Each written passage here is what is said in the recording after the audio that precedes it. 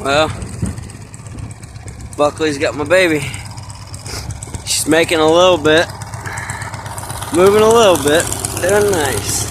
Not bad for the old S14, but I don't know if that's a grater blade or what, but I'll show you what I did with it here in a minute. It's a pretty damn cool ass tractor, actually. It's kind of a Franken tractor. It's supposed to have a single and we put a twin in it.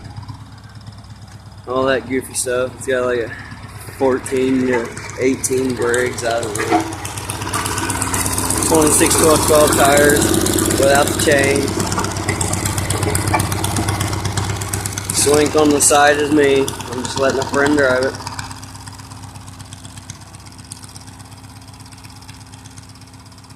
They say these things are rare. I don't know how rare it can get, but I haven't seen a whole lot of them. I liked it for the hydraulics. Well, whoever I play on that 4-wheeler, probably Mitch. It's got no chains on it, none. Pretty nice little tractor. Gave it twin stacks.